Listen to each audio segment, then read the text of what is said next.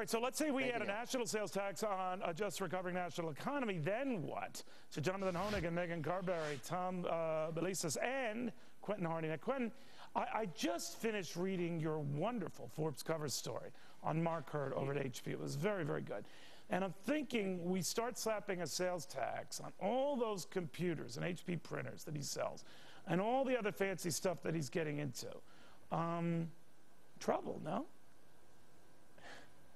Neil, we complain about the deficit, we talk about wasteful spending, but the failure to collect enough revenues is part of the puzzle.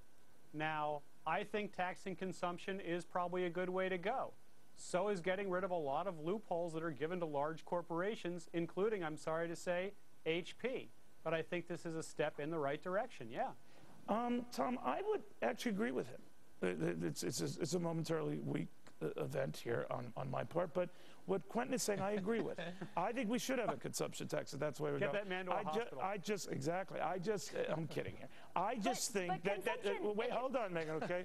I'm just saying, Tom, do you think that we need both? Why do we have to have both?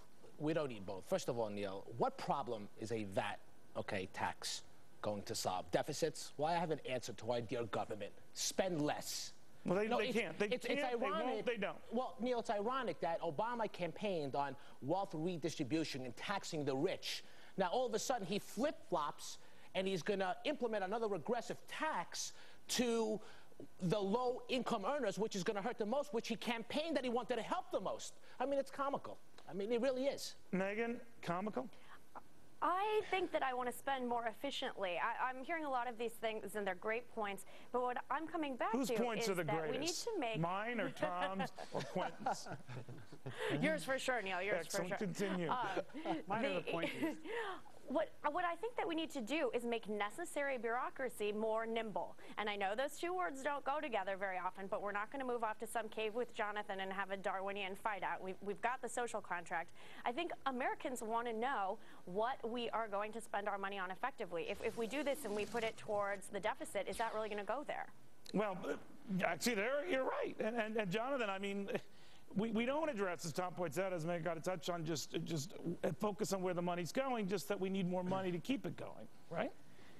Right, of course, Neil, and the VAT tax is the next in the line because essentially you're running out of rich people to tax, so now let's break that campaign promise about those making below, was it 200 or 250? But Jonathan, would you be for a VAT tax in exchange for the income tax? Bingo, Neil. That's the thing. I mean, conceptually, a VAT tax is a terrific idea. Right. It treats everybody equally. It doesn't single out taxes. We've gone through the litany of this, especially the fact that it's very simple now at a time that everyone's struggling to figure out their tax forms ahead of April 15th. A VAT tax is simple. The problem is it comes, as you pointed out, in addition to the income tax, not replacing it. So, Quentin, on that level... That's a huge hit on low-income community families as well. Well, that's the reality in Europe, but that's the way they do it. Now, so, Quentin, what I'm wondering is, if we get both, and that's what Volker's kind of hinting here, we're going to get both, then what happens to this economy?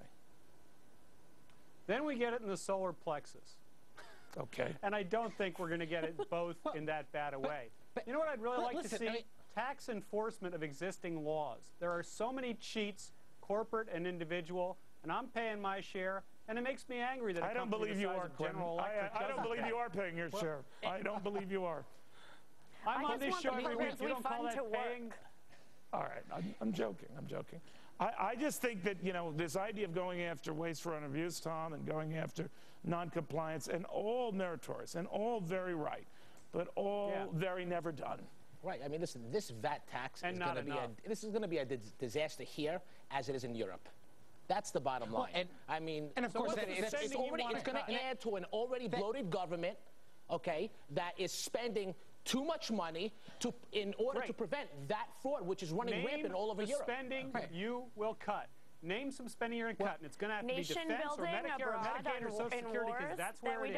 Right, but we don't. I could name 1,000 things we would cut. Like, I would reduce the government to just painting the line in the middle of the road, you know, on highways, and that would be it. It's not enough. It's not enough. But of course, so we have a lot more, guys. We're going to have more on this later on, but it does seem to be an inexhaustible issue here. On April 15th, that is tax day, and that is the day we're in Atlanta, where a lot of folks are going to be protesting what they've just committed to Uncle Sam. $45 for carry-on luggage. Thought you'd escape that by carrying your luggage on. Spirit Airlines starting that, which, Tom, gets me back to my general view, just fly commando, you know. What do you think of that? I mean, it's unfortunate. I mean, we're in a tough economy now. I mean, no one likes to pay extra fees for anything. I mean, we want to lower fees to have people spend more in their businesses. But, you know, at this point, I mean, airlines charging for extra individual service like excess carry-on baggage doesn't really bother me. But again, at the end of the day, I mean, we're in a time right now where just a bag with your belongings. I agree. Maybe I just agree. your undies. Yeah, I mean, I think it's fair to pay for what you order, but unfortunately now, I mean, when's airlines. The last time you even flew commercial? All right. Megan, I'm looking at this and I'm thinking, well, it's a sign of the times. I guess things could be worse. I heard Ryanair in Europe is charging you to go to the bathroom on the plane. That's a bit much, but what is going on here? Well, as long as they don't charge me when the air mask falls down and I can save myself, I suppose that's where I have to draw the line. $5 if you want to live. What is going on? Why can't they, Jonathan, why can't they just be honest and give you sort of a basic price rather than say, we give you the teaser rate, oh, but we didn't include your bag, we didn't include the fact that, you know. Well, Neil, I don't understand. You love the consumption tax when it comes to people paying for what they consume. This is essentially the consumption tax. If people want to try to bring a suitcase and stuff it into the overhead bin, they should pay, of course, for the weight that they bring on the plane. Yeah, but if it's a small bag, I'm just saying, you know, you bring a small bag on and you're still being charged for it. When the check bag thing, all right, fine. Right. But, you know, why don't you just have a uniform price thing rather than nickel and diming people to death? Neil, to be honest, I think you're whining. Because, respectfully, sir, respectfully, I just want to say, listen, remove him. Spirit. Have him removed. All right, Quentin. Customers don't like to pay for things I'm not. they were Megan, getting you're for interrupting. free. Megan, have her removed. All right, Quentin, your thoughts. Jonathan can talk that way because he's a skinny guy, because for sure they're going to be charging fat people next. Oh, that was a borderline insult. Have you removed? All right, so Tom, Neil, we are now. Bye. All right, so. I mean, you're alone. I agree with you. All right, well, there you go. Okay. No, bring them all back, Robbie. Bring them all back. My point is, you know, why can't there just be truth in advertising here? You know, I think they're taking some Neil, advice from the Obama administration. Oh, okay, it's Obama's fault. Go ahead.